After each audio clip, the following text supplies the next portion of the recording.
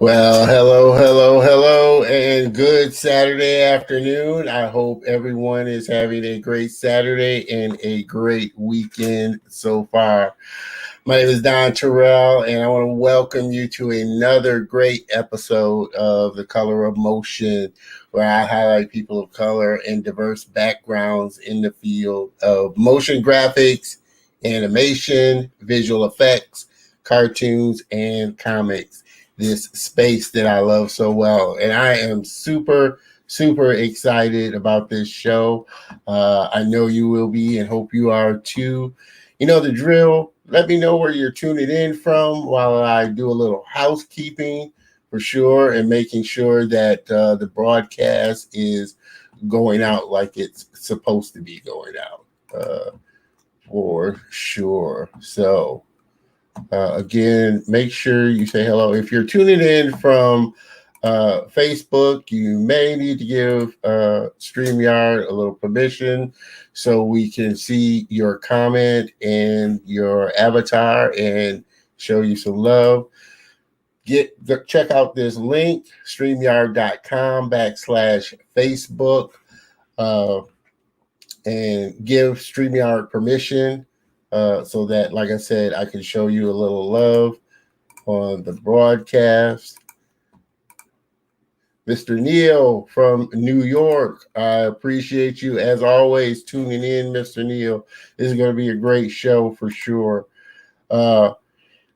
Every Saturday, we are here live every Saturday afternoon, 3 p.m. Central Time. You can find us live on Facebook, my Facebook, LinkedIn, and YouTube page. I got that right this time.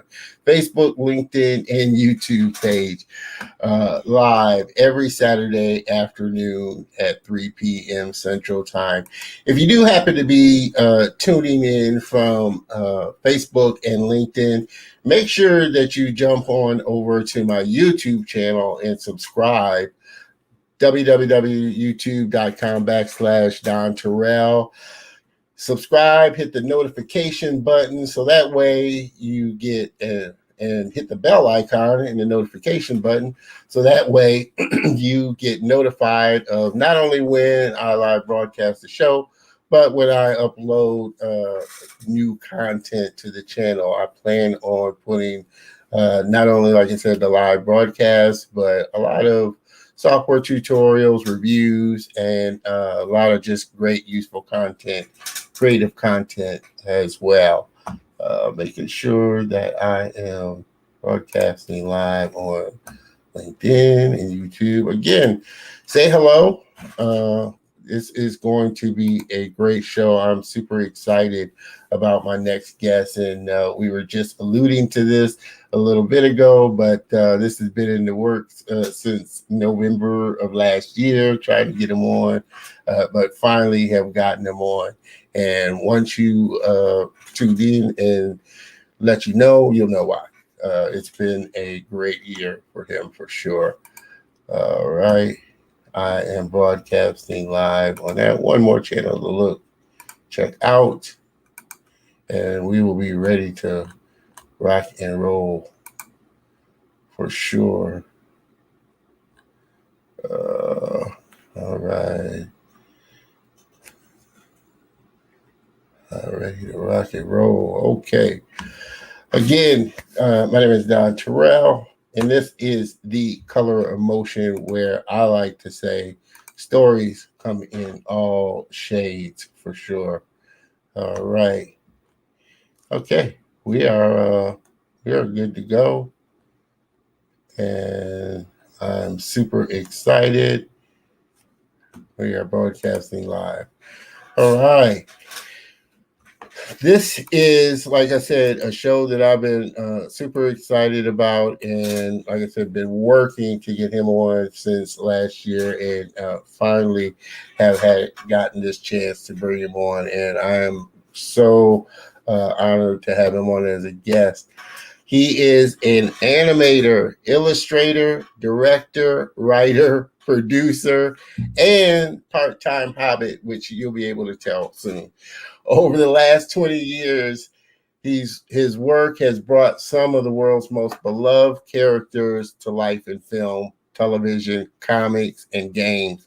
From Casper the Friendly Ghost to the Mighty Morphin Power Rangers to Star Trek and Spider-Man, his unique talents and visions have been called upon by Disney, Universal Studios, Nickelodeon, and more.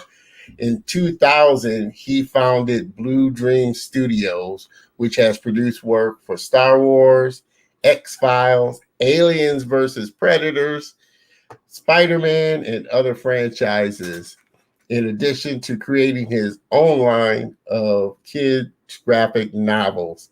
The studio's first feature film, Animal Crackers, is now on Netflix and was the summer of 2020's #1 animated movie in the world.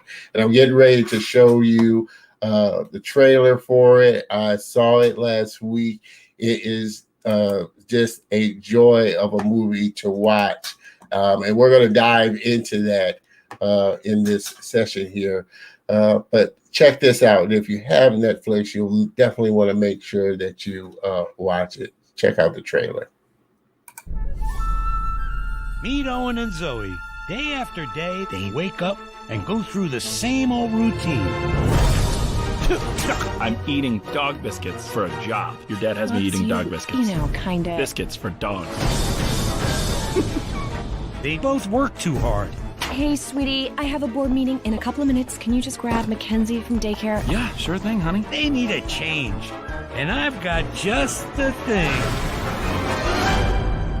Surprise! You are now the proud owners of one rundown, worn-out circus. This is what we always wanted. Keep this box close. It's yours now. The secret to the circus is inside. Old animal crackers? They're probably gross, right? They're gross. Ah! I'm a hamster! Holy moly, holy moly, holy moly, holy moly. Daddy's cute. Thank you, Angel. How would you like to be human again? How do these things work? It's magic. I don't believe They hate it. They didn't come here to see acrobats. They didn't come here to see clowns. animals. I'm not a performer. Animals, Daddy, animals. I'm supposed to land in that? Yeah. That looks like a fishbowl. Take it easy, horsey. Oh. Oh. Left, left, left. I mean right. My right. Ah!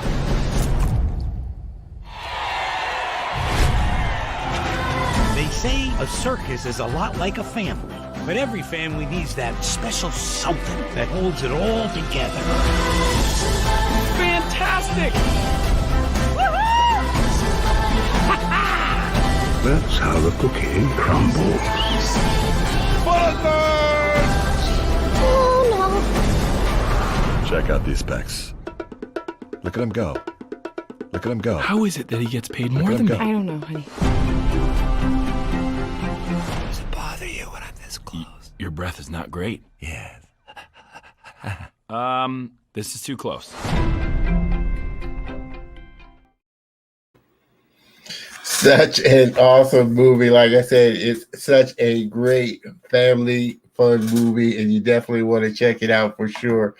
He and his wife and 2 kids live in Franklin, Tennessee, and his mission, simply put, is to make the world a kinder, gentler place, one story at a time. Everybody, please help me welcome my very special guest and friend, Mr. Scott Christian Sava.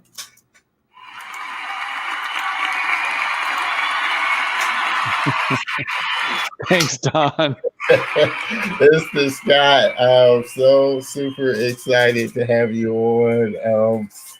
It's just an honor and a pleasure. For I'm sure. happy to be here. Oh man. So much to talk about. Let's get to it. All right. And everybody, if you haven't noticed, he actually does live in a hobbit hole. If you I can do. tell. I do. Yes. This is our hobbit hole. He lives in an actual Hobbit hole. It's amazing, amazing. Let's jump into it, Scott. I'm curious. How were you like as a child growing up? I mean, It's funny. I wrote a book called Hyperactive because that's why all the teachers called me. I wrote a little book called Hyperactive. But yeah, I short attention span, head in the clouds, that kind of thing. And I've mellowed out over the years. My head is still in the clouds. I still have a short attention span, but I'm just slower now. okay. Oh man. Well, I'm curious though. So, was art and just creativity something your parents kind of fostered to kind of help you with the hyperactivity, or was this Absolutely. Yeah, no, they encouraged not the hyperactivity. I'm sure that was annoying. but they encouraged my art. I come from a very artistic family. My mother was an artist, my uncle was an artist, their uncle was an artist. And so the Assyrian half of my family was very, very artistic, and my father was actually he was a mechanical engineer, but he was still very artistic as well, very into the arts. So it was just they were very encouraging, and they sent me off to art school, and they had me do art classes and gave me sketchbooks and paid for all my art supplies. So they did everything they could to make me who I am today. Yeah. So I'm assuming this was your only path, art. You didn't think about anything else or any other profession. Yeah. It was either that or professional hand model or something like that. But I went with the art. And he does. Scott does some amazing, with among so many other things, does some amazing illustrations. I'll definitely be throwing up his, but you need to check out his TikTok page because he does post a lot of watercolor illustrations, which is initially how I came across his profile and came across it because he was doing such amazing illustrations, watercolor paintings. It's been getting me through quarantine, through this last year. I've been painting 4 or 5 paintings a day, and it's been good. I found something to keep me busy. I found something that makes other people happy, and so it's been a good way to, I don't want to say pass the time. It's actually become a little bit of a side job, but I love making art. I love telling stories visually, and it's been really good for me.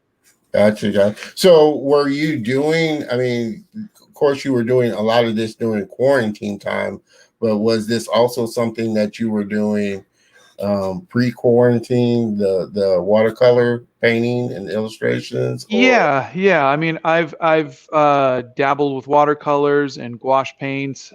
Before that, I'd done in my 20s and 30s. I had done a lot of Prismacolor pencil illustrations. That's what I did. My Star Trek covers, my Mortal Kombat covers, was using Prismacolor. But about 10, 11 years ago, I just wanted to try something different, and so I moved over to watercolor, and I've been kind of honing that for a while. Like I said, it's such amazing work, and I know the videos are kind of sped up videos, time lapse, but typically, and you're doing kind of like 4 at a time. The little ones that I've been doing lately are about 30 minutes a piece, and we do them live on TikTok, usually in the mornings. Like today is Peaky Blinders Day, and so we did 2 this morning, and then I'll do 2 later in the afternoon. But it's been good. Usually I'll have sketchbooks with me. I'll take them with me, and wherever we go, I'll just sketch buildings or something and write down notes. So we'll go to the Ren Fair or something, and the other stuff I was doing was just I was doing these little paintings each day. Yeah. And they're fun. They're nice little. So are you drawing? I mean, are you because a lot of them, like I said, are the ones that I've seen, like that one, prints and things like that. Are you free sketching them onto the pad, or are you drawing them and then? Yeah, what I do is I'll do a pencil drawing just on a regular Xerox piece of paper, just a blank piece of paper. Do it because it might take me a few drawings to get it right, and then once I'm happy with it, then I'll light table it onto the watercolor sketchbook. And now when I'm out and about, you don't have that luxury, so you just draw directly onto the sketchbook, and you get what you get. But if you're home, you have the luxuries of a light table and time. Yeah. So you can do better work. Gotcha. So you're the type of creative person that keeps his sketchbook with him wherever you go. Yeah. Yeah, I've got the little watercolor kit, and I've got my pens, and I've found that especially when you're traveling, if you're going to like Paris, or when we were making the movie, I was going to Valencia, Spain, or I'd go to London to work with Ian, or we'd go to New York to work with Harvey Fierstein or Gilbert Gottfried, or LA, and you can snap a picture, but if you sit and you draw, for 20 minutes, half an hour to an hour, you're really in the moment, and you really do remember everything about that moment, and it kind of locks it in, and you could go back to your book and you could check your notes and you could see, but there's something about remembering by really, really putting it down on a piece of paper and drawing it out. That you just don't get from snapping a photo on your phone. Yeah. No, there is something about just live drawing. Remembering of the details that you pick up here and there. Sure. And like I said, we're going to kind of jump around a little on the show, on the movie. But I am kind of curious because, like I said, I and if anybody, like I said, watched the little trailer and picked up on the names of all the people that he had in the show. He had some really prominent people in the show.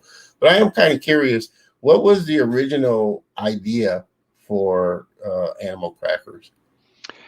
I was, believe it or not, in the backyard with my kids. They were maybe 7 or 8 at the time, and we were eating animal crackers. The Barnum animal crackers. Yeah. And I just went, hey, what if when you eat this lion cookie, poof, you become a lion?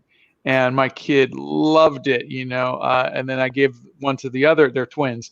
What if when you eat this giraffe cookie, poof, you become a giraffe? And then so we just spent the morning just playing, they're pretending they were turning into different animals. And I just thought, let me write this down, and I turned it into a graphic novel. And so I had that, and the book never got published because my publisher IDW and I had a falling out right before it was going to go to print. And they had published like 10 of my books over a 2-year span, and so I was kind of like in limbo. And my buddy Kevin Grievous, who did he created Underworld. Yeah, he's like you should get him on the show. So Kevin, if you're watching, yeah, Kevin, you got to come on the show. I'm with you. I've been trying to get him on the show for. I will call him right after this. Please do, because I always tag him when because Kevin is Kevin is a much bigger, both physically and emotionally, comic nerd than I'll ever be, and he was the one who said, you should turn this into a screenplay.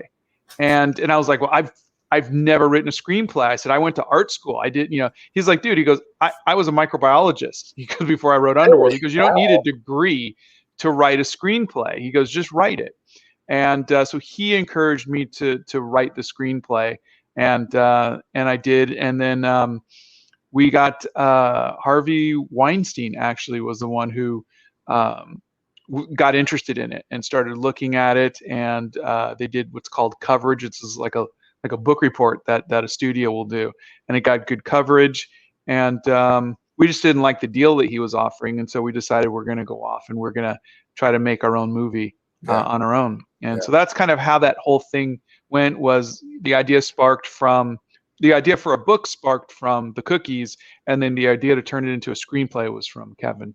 So was the process arduous for you writing the screenplay? Since because I was just having this conversation with a writer the other day, and I was telling him about an idea that was floating around my head, but I'm not, like you said, I'm not a screenwriter and this and that. Yeah. Like, I don't know if I could write a screenplay or novel. Was it an arduous process for you, or it was and it wasn't. I mean, it's like anything else. You kind of have to get your sea legs. I didn't get a lick of help from Kevin. So, because Kevin says, he goes, and said go. he's just like, here you go do it. But he's like, I don't write comedy stuff. I write cool things, like werewolves and vampires. Thanks a lot, Kevin.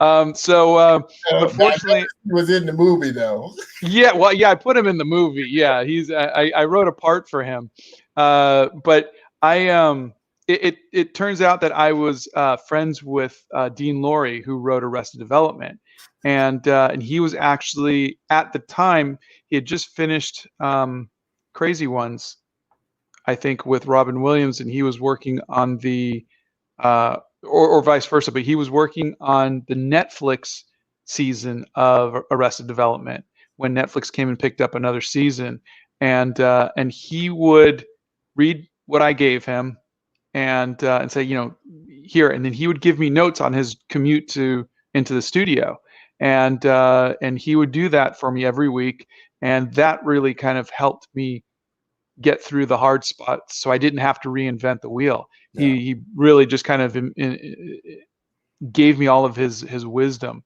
in that way, and so I like anything creative, really.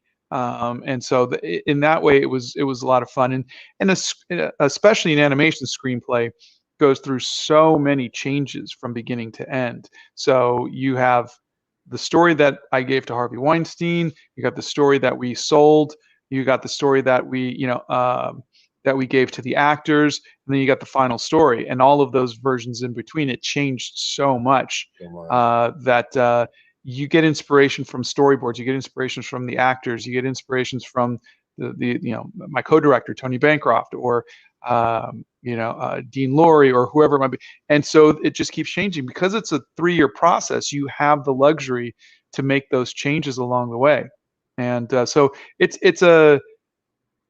almost like it's a community is making it. It's not just me. Yeah. And I had mentioned this, when we were talking before the show. You wore a lot of hats on the movie. Like I said, you were director, producer, writer, so many different hats. Was it difficult kind of shifting, between all the things that you had to do to get done? I was used to running my own studio. I was used to publishing my own books. So I was used to doing everything myself anyhow.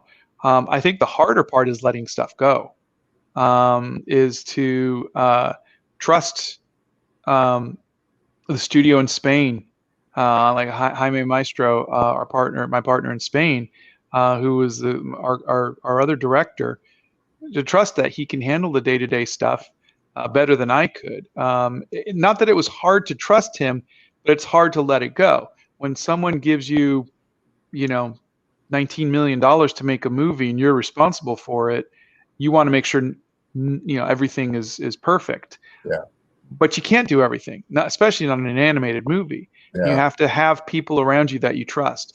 I trusted Jamie Thomason, who's my casting director, and Curtis Kohler. I trusted my wife, of course, who handled all of the contracts and the payments, and wow. We had so many people that worked so hard to make this movie happen. There was like 120, 150 people. You have to let stuff go. So, me handling 5 of those, 150 jobs might seem like a lot when you're just talking about one person, but in the overall scheme of things, we had everything covered. Yeah. I just, for the most part, I, like, as the art director, I only really had to just say, I'm really thinking this, and because I'm a visual person, I could show them, this is how I want the lighting to be, this is the color palette I want to work with, and then hire or our team had artists who could take that and run with it. I didn't have to physically draw every panel. I didn't have to I just had to say, this is what I'm looking for. It's like giving them a shopping list. Yeah. Here's what I'm looking for, and then they know how to go and shop for it and go get it. Definitely. And with the writing, I had Dean Laurie, so I didn't really have to worry about that. For directing, I had Tony Bancroft and I had Jaime, so I didn't have to worry about that. I felt like I had a good support system. I had good partners throughout, so it wasn't just me. It wasn't as glamorous as it sounds. Yeah. I had a lot of help. Well, and this was, like I said, because we talked a little bit before the show, and people, if you can't tell, this is his directorial debut on the show. Yeah. With Animal Crackers. So like I said, and it's so beautifully done. But since this was your first one, putting an animated film together, was it kind of a learning curve as far as the business of putting a film together? Like you said, getting a casting director, getting all these different pieces. I mean, was this every day? Every single day we learn something, and I love to learn things, and I love to make mistakes, because that's how you learn things. So we made a lot of mistakes, and we learned from it, and it was wonderful. We learned about making bad contracts, making bad deals. We had bad investors, we had bad distributors. We had to fire an actress. We had just everything that through. Huh? Like you said, learning all the way through. Yeah, exactly. It was a wonderful experience. I wouldn't trade it for the world. All the goods and the bads. Gotcha. And I wouldn't want everything to go perfectly, because No. you would think it would be like that every time, and you really wouldn't learn how to deal with the diversity of it. Yeah. It's just something that we really had everything thrown at us, and then we came out with a good film, and we're happy. Beautifully done. So, as you were writing it and putting it together, did you have in mind who you wanted to voice the characters? Only 2 characters. When I was writing it, I heard Patrick Warburton's voice as Brock, and I just kind of came out, that putty kind of Kronk kind of voice. And then Ian Mckellen for Horatio. I wanted that grandiose Gandalf Magneto kind of voice. But the others, I was completely open, and it was when Jamie Thomason asked me, who I want, I told him those 2, and so he's like, okay, we'll start with those 2. So he made a call to Patrick's agent. Patrick came on. Ian Mckellen, for the budget that we had, we didn't think we were going to get him. We just didn't think. So what had happened was we had a budget for like one big name, and so if it was going to be Ian, fantastic. But we're like, it's a kid's film. It's your first film. He doesn't really do animation that much, et cetera, et cetera. So my casting director thought, let's throw some of the other characters out there. Let's go for Sylvester Stallone. Let's go for Danny DeVito. Let's go for Raven Simone. Let's throw some bigger names out there. And Ian Mckellen said yes. And we're like, oh wow, that's fantastic. But before we could withdraw the other ones, Danny DeVito and Sylvester Stallone found out that Ian Mckellen said yes, and they're like, oh, well, if Ian likes it, it must be a good script. So they said yes, and we're like, well, we couldn't say no, so we had to go back to our investors for more money. and so it was just like, we had, Gilbert Gottfried, we had, Raven Simone. Well, John Krasinski came later. Owen and Zoe were, they were not filled. We didn't have that role filled, and we had so many big names by that point that Jamie, my casting director, he says, "What do you think of John Krasinski?" And that was 2014. So I was like, I don't know who he is. I have no idea. I'd never seen The Office, you know, and so he's like, well, he's on this TV show called The Office, and you know, he's up and coming. He's going to be big one day, you know, that kind of thing. I was like, oh, okay. So they reached out. He said yes. And I flew out to Los Angeles early 2015 to meet with him. And he was perfect. He was just, he was the nicest guy in the world, but he was just so funny. He just was everything that I wanted from Owen. And so it was afterwards that we're hanging out in the studio and by the microphones and everything. And I just, he's like, hey, he goes, I just want to tell you, my wife thought the script was really good. Well, I didn't know who he was, so of course I didn't know who he was married to. So I was just like, oh, well, thank your wife for me. And I go and I was going back inside. Well, fortunately, the mics were hot. So in comes everybody on the team. They come running in. Hey, would your wife want to be on the film? So I was like, why are you asking this poor guy if his wife wants to be? I didn't know he was married to Emily Blunt. Emily Blunt. So he's just like, yeah, he just picks up his phone. He goes, hey, babe, you want to be in the film? And she's like, sure. And that's how Emily came on the film. Wow. And so it was just, it was a real crazy, chaotic kind of, wait, what? You're married to Emily Blunt? He's like, why does everybody always ask me that? You know? But it was good. It was fun. And she was great. Yeah, like I said, that is such a great process. Just the whole coming together of it, for sure. Yeah. Oh, man. So what would you say was the biggest challenge in kind of putting it all together? Is it the time wise? Because it takes a long time to put a film together. Production was fun though. That's fun. You know, making a movie is fun. It was the raising the money, which was no fun, and the distribution, which was no fun. So those are the businessy, ugly parts. Making a movie doesn't matter if everything's going horribly wrong. It's still fun. You're making a movie. Yeah. You know, I mean, it's my wife would always say, well, hey, it's, you know, we're not digging ditches or anything like that. We're making a movie. She's like, we're in our sweatpants in a Hobbit hole making a movie. It's, you know, we can have bad things happen, you know, and we'll make it, you know, it's all good. So there's really no bad days in making a movie, you know, you're making a movie. So I guess it was an especially high point for you to get Ian Mckellen on, since you're a big Hobbit fan, it seems like.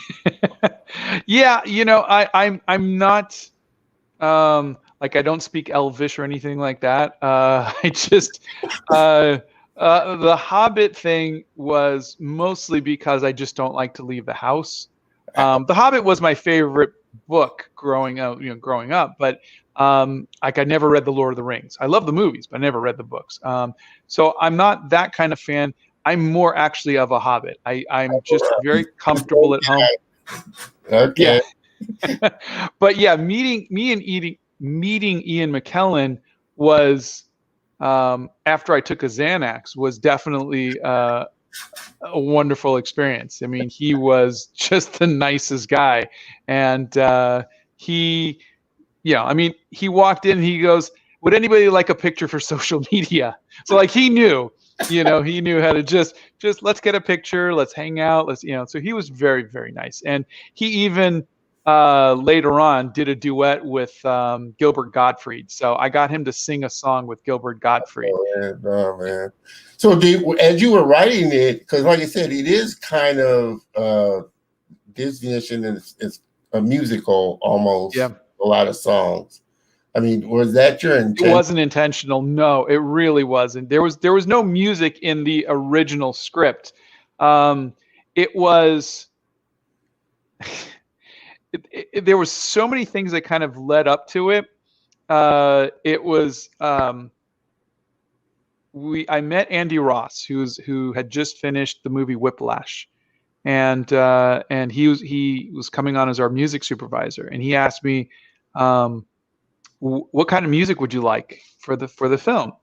And so I said, well, you know, I like this and that or whatever. He said, well, send me your music list. So I sent it to him, and it was mostly 80s and 90s and 70s music, you know. and he was like, oh, okay, well, this will be easy to get. You know, I wasn't like going after like Beyonce or anything, or Taylor Swift or something, you know. It was like, so the top of my list was Huey Lewis and the News. Oh, wow. And you know, I thought it would be kind of cool to have the opening song be like The Power of Love was for, Back to the Future, And I was like, that'd be really fun. And it would make me happy. Within a week, I was on a phone call with Huey Lewis. And it was like the craziest thing for somebody who, grew up in the 80s in the Bay Area. That was a crazy thing that I was on the phone with Huey Lewis. And so Huey and I, we got along great. And he says, I'm going to give you guys a song. We just wrote this song. We think it's really, really good. So he gave us a song. And it was just this wonderful mellow song, it was a classic Huey song, but it wasn't The Power of Love. And so we listened to it and I emailed him, the next day and I said, Huey, I love the song, but it's just not The Power of Love. We were thinking of something. He's like, okay. And then he waited a day. He didn't respond. He just waited a day. And my wife and I could not stop humming the song. We couldn't stop singing the song. And we're like, this song is so good. So what we did was we was like, well, why don't we just put it someplace else? We'll find a place where time's going to pass and we'll put it there. And so we did. And we put that song there. And then I think it kind of just happened like that, where Andy would introduce me to Howard Jones, and he wrote us a song. We're like, okay, and we were like, okay, we got to find us a place for this song. And then Toad the Wet Sprocket, they wrote us a song, and then the Queen song was inspiration from Jaime out in Spain, and he's like, hey, what do you think of?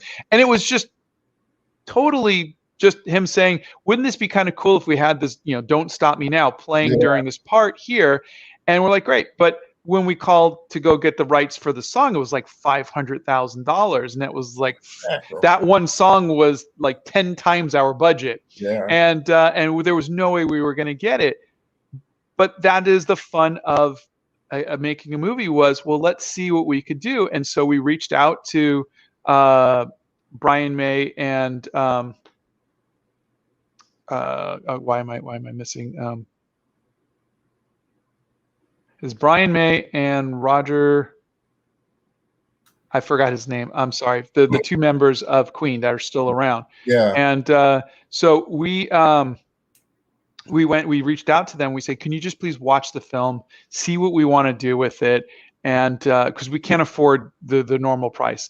They watched it, they loved it, they gave it to us at the reduced price. And so we got a Queen song in the film. So it was kind of stuff like that. I met Michael Bublé, and he gave us a song, so we put that at the end credits song. So, and then it was the Ian Mckellen singing song was, there was just that part where he's monologuing.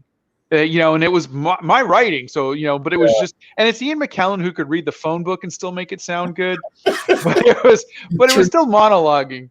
Yeah. And so I was like, well, what if he broke out into song? And so I don't know how to write music. And Ian is a Shakespearean actor. He's not a singer, but it was like, but what if? And so I asked Jamie, our casting director, and he reached out to the guys who created Phineas and Ferb. He was like, they write music all the time. And so they wrote, Dan Povenmire and Swampy Marsh, they wrote the song for us. And my wife flew out from Nashville to London and sat down with Ian Mckellen, and he belted out the song. And then they went over to New York and they got Gilbert Gottfried to do his parts. And next thing you know, we've got like a musical number. And then it was like, well, this was kind of cool. Maybe we can get Ian to sing an opening song. And then it was like back to, and so I think it was that I don't want to say daily, but it was just that inspiration that would just be like, well, what if we added this? And what if we added that? And what if and so it wasn't, there was no music written into the script. It was just something that it kind of grew into, and it kind of almost became a musical. It isn't, because it wasn't, it isn't like, but it's got 8 or 9 songs in it. And it's a musical feel to it. It really does. Yeah. And so we really, I love that. And I think I would like to, because I think as wonderful as the actors were, I think I connected with the musicians so much more than I did with the actors, because the actors, Their talent is you give them a character and they could bring that character to life. But a musician has the blank page and they can create a song from just nothing. I connected with them. I connected with Huey and Toad the Wet Sprocket and Howard Jones and Michael Bublé and we would talk about making art. And there was just that thing that we connected with on that level where we stayed in touch and we had that. And so I would love for my next movies to have a lot of music in them as well, because I really think that there is just something so powerful of blending animation and music together. I really enjoyed it. Definitely.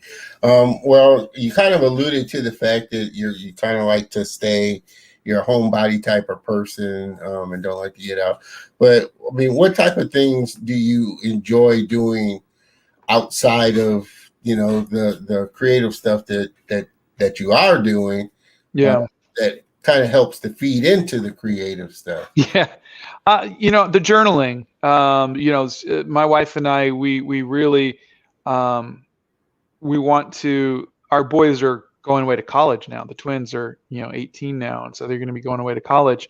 So we're hoping that we'll get to do some more travel, especially if we're working on another movie, and to just go and just fill up these sketchbooks. I really like doing that.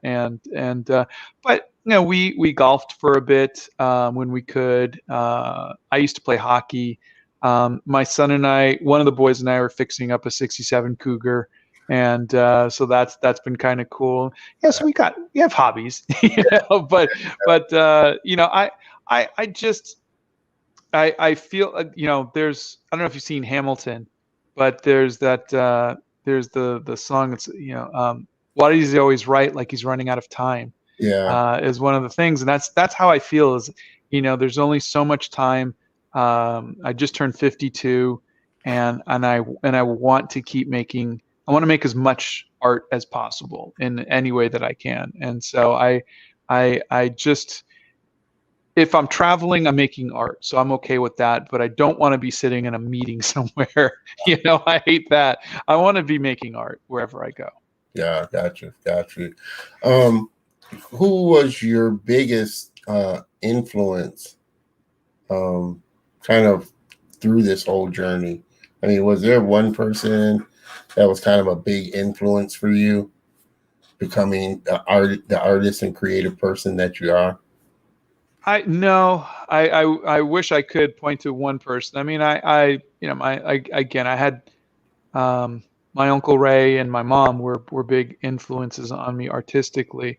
But I've gone through so many creative. I've done comics, I've done painting, I've done animation, writing. So I've had so many different influences, whether it would be John Buscema or Steve Ditko or John Romita in comics. Or though I went through my Todd McFarlane phase and my Jim Lee phase, comics, I went through an anime phase. I'd be sketching Dragon Ball Z or whatnot. But then I love classic illustrators, J.C. Leyendecker, N.C. Wyeth. I got into Alphonse Mucha recently, so I'm doing a lot of Art Nouveau. So it's just I find inspiration from other artists, and so I kind of take it from that. And when I was writing the movie, I was looking at so many Pixar movies and other movies that I could steal from, I could learn from. And I mean, that's the thing I think young artists need to know is nothing you do is original. Everything you do is based off of something you saw or something someone else did. We're always just taking inspiration from other things, and then it's just our take on that, and to be okay with that. Awesome. I want to kind of ask you a little bit about just the growing diversity in the industry and the fact that we're starting to see a lot more stories that are reflective of just the general population of people out there, and what your thoughts on. But before you answer that, we're going to take a super quick commercial break, and we will be right back. Everybody, I'm with my very special guest and friend, Scott Christian Sava. We're getting ready to jump to the commercial, and we will be right back.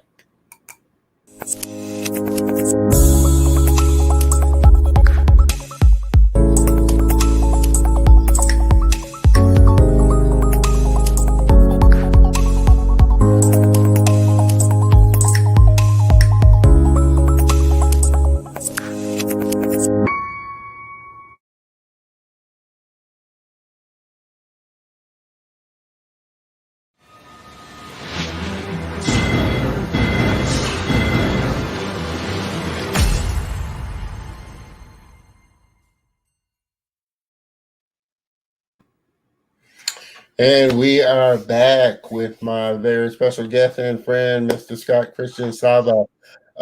You alluded earlier, you're of Syrian descent, right? Yeah. So half we're Sicilian, starting, half Assyrian. Yeah. Yeah, Assyrian. And we're starting to see. What are your thoughts on having more diversity in the industry? Because, like I said, now we're starting to see a lot more studios.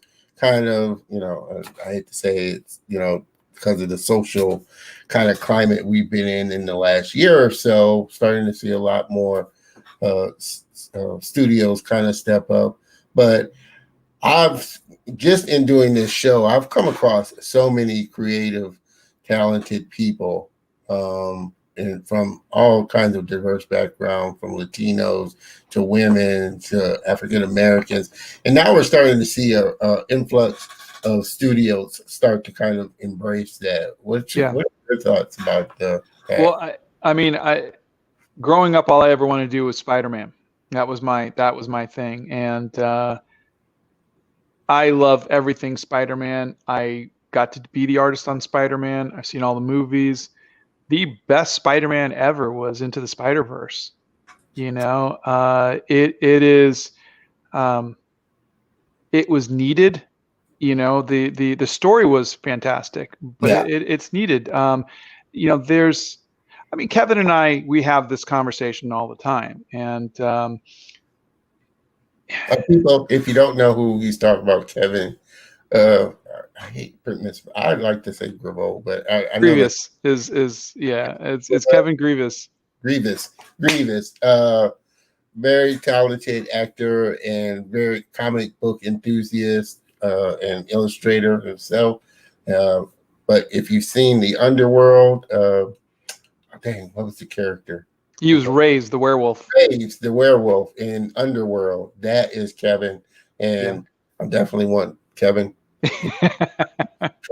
I've been reaching out to you, man, trying to get you on the show. So my friend Scott's going to touch base with you. When he's saying Kevin. Yeah. So Kevin and I, we've known each other for 15, 16 years. I don't know, maybe longer, but he's of a different mind because he is. While he's a person of color and he wants to see more diversity, he's also a comic purist, and he doesn't want to see characters changed from who they originally were. And unfortunately, they're 99% white because they were written by white people. Yeah. And so he created the Blue Marvel for Marvel Comics to infuse his own Superman type character into that universe. It hasn't been embraced as much as he would have liked, but I couldn't tell you how to move forward. He and I, we have that discussion. I don't think you need to create. I don't think you need to take existing characters like Superman or Spider-Man and make them black. I like how they had Miles Morales. He's not Peter Parker. And I think that's why it works so well. And I think creating someone like a Blue Marvel, but also I think studios need to embrace more independent creators and independent animation studios, and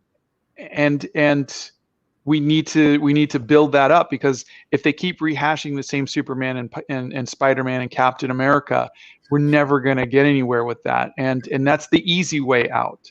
Or lean into the existing Black characters that were created. I mean, Black Panther is a prime example. That was a character that had been around for a while. And it wasn't until, like I said, Ryan Coogler really kind of infused this bigger picture backstory of it that really helped. So yeah, it's true, but you know, the Marvel and DC's list of African American and female characters, and diverse, characters, Asian, Hispanic, it's not that big, and they're not that impressive. I agree with you.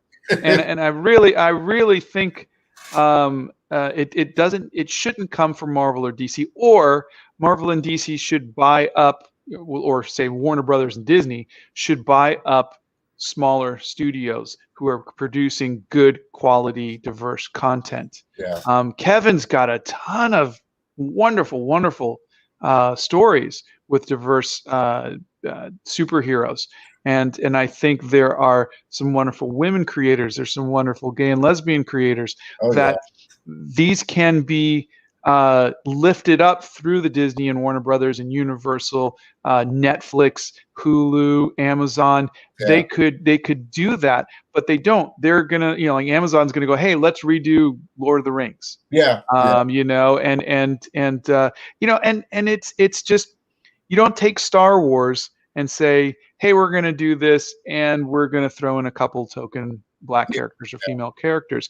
You start something else. You do something else, and I really think they have the power to create this stuff, but they don't. And I don't think they're doing it in a villainous sort of way.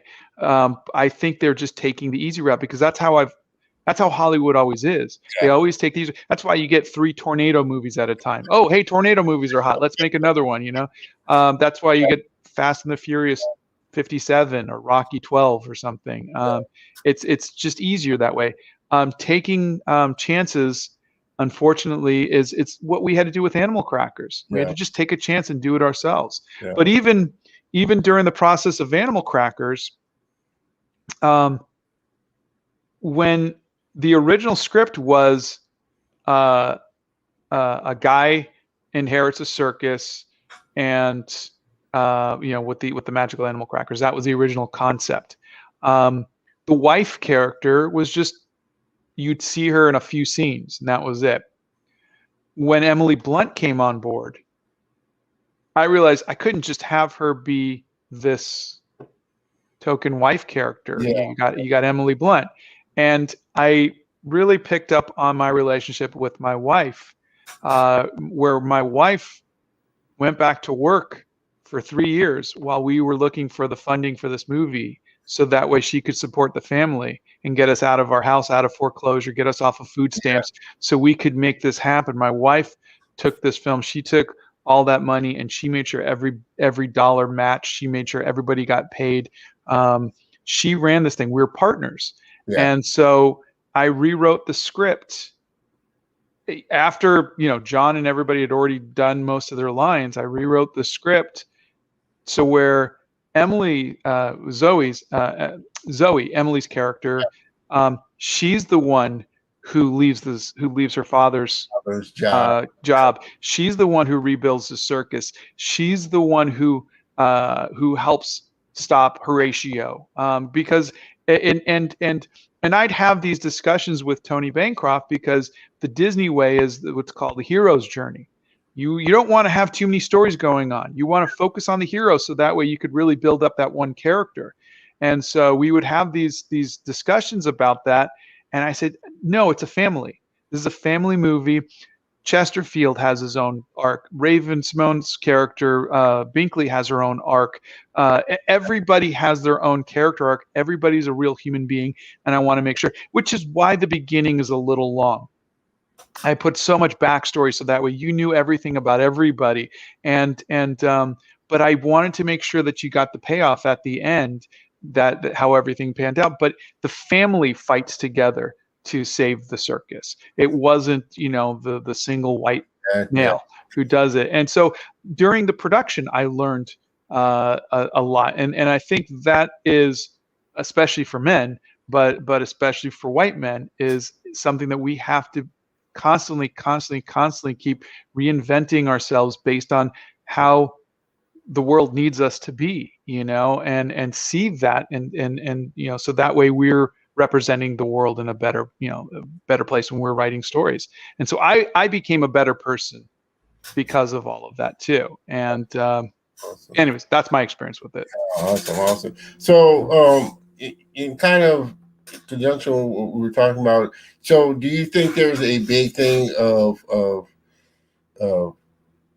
kind of working your own intellectual property, as opposed to remaking, like we were saying? Yeah.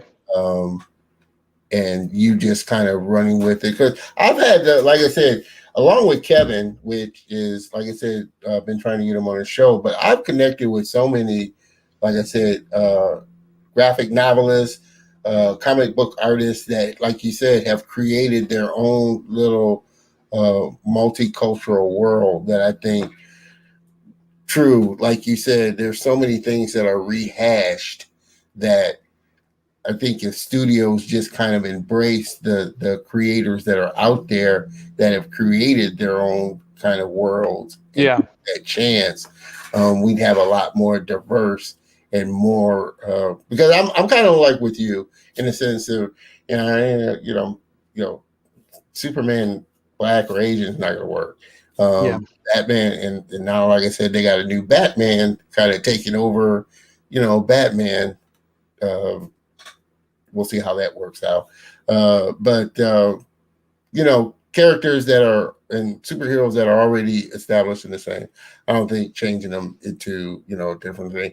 Now, I don't know how that works, and maybe it does kind of work when it's a different person, like, say, Green Lantern. There was a black Green Lantern, and then there's different Green Lanterns that over the mantle. So there's a different, like I said, Miles Morales is different. Miles Spider-Man Morales wasn't Peter Parker. Exactly. He was his own person, and really kind of embracing that. But I do believe that there, like you said, along with Kevin, there are so many other talented, like I said, graphic novelists, comic book artists that have created, and actually I've had a couple on that have created some great superhero characters. And I think so many good stories, so many good stories that need to be told. And it's funny because I was just watching a documentary, I guess, that's getting ready to come out, about Dwayne McDuffie and how he kind of changed that whole dynamic of like universe and diverse characters, that was sorely needed and still is needed. In this process of what you're doing, did you, like you said you learned a lot, but is there a kind of framework of stories that you like to tell? I mean, different kind of stories. Is it children's stories, family oriented? I do write young. Yeah, I do write young. I think my stories, I want to have a sense of wonder. So I think every story starts off with what if, wouldn't it be cool if, for kids, So I've got stories about pirates and robots and aliens and dinosaurs and robot dinosaurs, and it's just, I love that kind of stuff. And so my premises are very, very simple. Pet robots. My grandparents are secret agents. Gary the pirate, hyperactive, the luckiest boy. So I like very, very simple concepts, and then really just kind of get into the characters and what this character would do. And really, what would I do if I was the luckiest kid in the world? What would I do if I could run as fast as the Flash? Or what would I do if I had a pet robot? And that's really the real simple story of it all. And so that was, what would I do if I inherited a magical box of animal crackers, and then a story sprang from that. And then you fill it, you populate that world with characters. So I like to build worlds. where this kind of thing happens, and then populate it and see what happens. Gotcha. And I kind of had, like I said, had this question, with the friend I was telling you about the screenwriting. Did you tend to kind of overcomplicate it when you first kind of approached the screenwriting and the writing of the story, and once you kind of, Dan Lori kind of helped simplify the thought process behind actually screenwriting, or? No, I think I just kind of went for it, and I write really quick, so I think like in a few weeks I had a draft. Oh, wow. And then it was just another draft, another draft, another draft, and like I said, you go from a draft where you have this, and then you're like, well, this character isn't really working, or this, and like I said, I mean, there's dozens and dozens of drafts that you go through, and so I think that's where things get a little messy.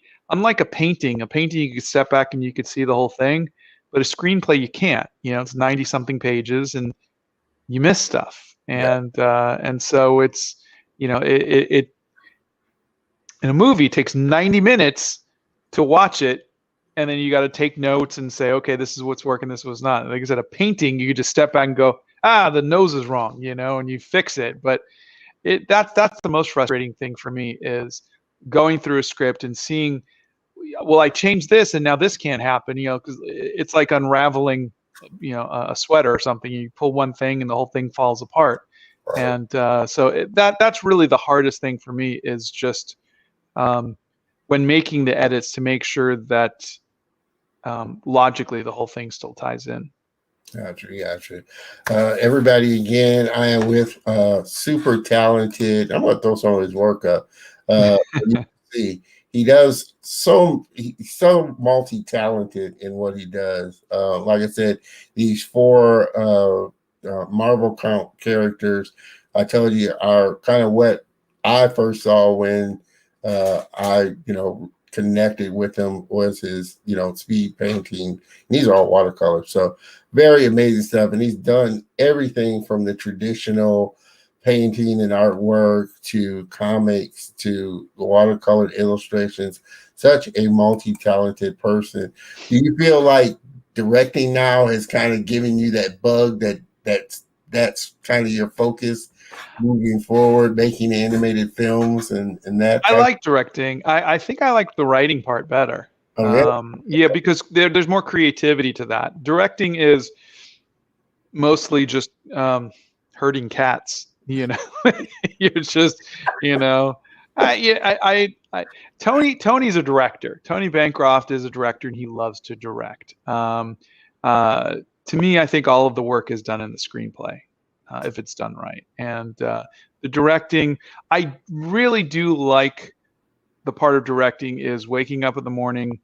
I would, because we're doing everything virtually, I would get 40, 50, 100 shots to go over, and so I could look at the acting, and I could give some notes. But Jaime, my directing partner out in Spain, he would already give enough notes to where by the time I see them, it was just a matter of preference. I think she should pause a little bit before she says this, or that kind of thing. Or what if she leaned up against here, that kind of thing. So it really wasn't. It was just fine tuning, I think, at that point. And but I did enjoy that, and of course I loved going to the voice. To the voice recording sessions. I think that was, of course, really fun. But you don't have to be a director to go. There was producers there too, So the part of the director, I think, just there wasn't anything really that appealed to me so much, other than I guess the control of it, and I guess my ego isn't really at that point to where I need that. I just, some people live for that. Some people are, they thrive in that. But for me, I think I really just, I like the behind the scenes, the writing and the art directing and whatnot. Yeah. And I was actually going to pull a couple of because you had a ton of the actor videos, behind the scenes videos. I will a couple of them. But those are so fun. They look like they were, and I like you. I would think that would be the fun part as well. Really, Yeah. getting to watch the actors really bring the characters to life that you wrote. Everybody, like I said, I am here with my very special guest and friend, Scott Christian Sava, and actually, he just received today making of book. Yeah. Got Awesome, it. beautiful hardcover book of animal crackers. Available. I'm going to throw all his links on the description, but just received hot off the press today. Beautiful hardcover book of the making of animal crackers, and I'm definitely going to get me a signed copy, but definitely a cherry on top of the movie. Yeah. The artwork is so beautiful. So beautiful, so Yeah. beautifully done. Awesome. These are some of the watercolors I did Oh man! in my sketchbook. Wow. Jesus. But yeah, pick it up if you can. Stuart Ing Books, Right. and it's a hardbound, really, really nice. Oh man, I'm telling you, it's such a family oriented film and just got great heart to it. Just a kind of final question here. We're going to wrap it up. It's been such a pleasure. Everybody, like I said, I'm going to definitely put up all of Scott's link where you can check out his work for sure and get connected with it. I'm curious, if you were able to travel back to your younger self, what piece of advice or what would you tell your younger self? Enjoy your hair while you have it. I can attest to that. I'll go along with that. Enjoy the hair while you got it. Yeah, no, it's a good life.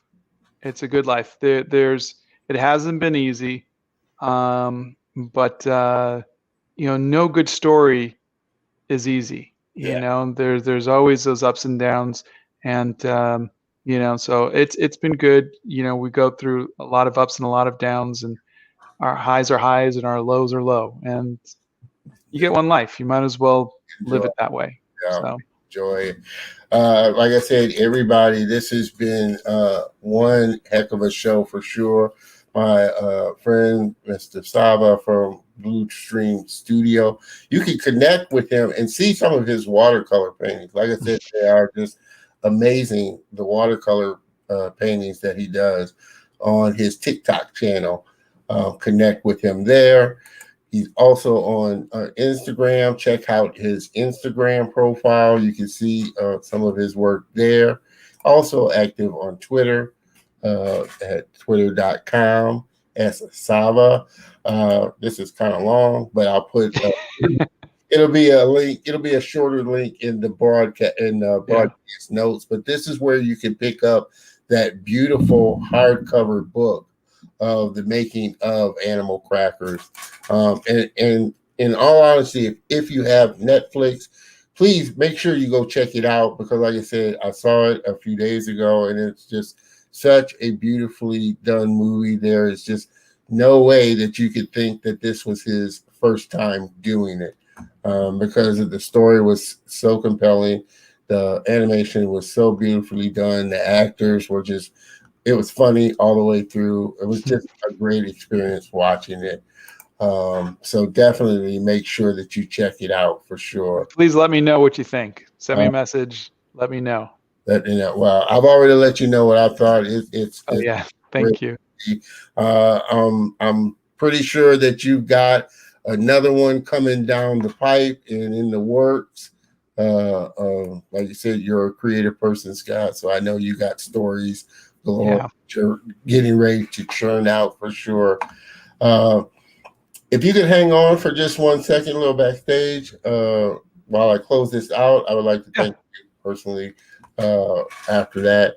But everybody, please, like I said, give my very special guest and friend, check Mr. Sava, a hot round of applause. Please connect with him. Check out his work. Better yet, like I said, check out Animal Crackers on Netflix if you haven't. Mr. Scott, it's been an honor and a pleasure having you on, and so grateful that you graced the Color of Motion. Oh, thank you so much for having me on, Don. It was really fun. I appreciate that. Just hang out backstage for just a second, and I'll be right with you. Everybody, Mr. Scott Christian Sava.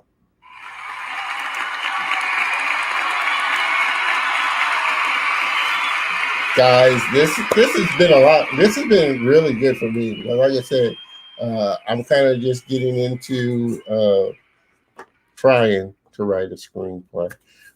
But this was really good to pick a director's kind of brain about the process of making an animated film, and especially since this was his first go around. Like I said, you definitely couldn't tell. But again, make sure you go to my YouTube channel, check out all the links that will be there, where you can connect with him, where you can purchase that beautiful hardcover book of the making of Animal Crackers. It's beautifully done. I'm definitely going to have to order me one for sure. Everybody, it's been always a blast doing this show. So looking forward to seeing you next week. Again, make sure that you, excuse me, make sure that you subscribe again to my YouTube channel. Not only subscribe, but leave a comment, thumbs up, something that definitely helps rank the videos and get my channel starting to go on the rise, which I definitely want to do. Next week is going to be another great show. Super talented friend and artist, Mr. Darnell Johnson. He does some pretty cool designs and artwork in animation. So I'm looking forward to sitting down and talking with him for sure. But again, this has been one fun conversation. Definitely looking forward to checking you out next week. Same bat time, same bat channel, next Saturday, 3 p.m. Central Standard Time for sure. Join me. It's going to be a great show.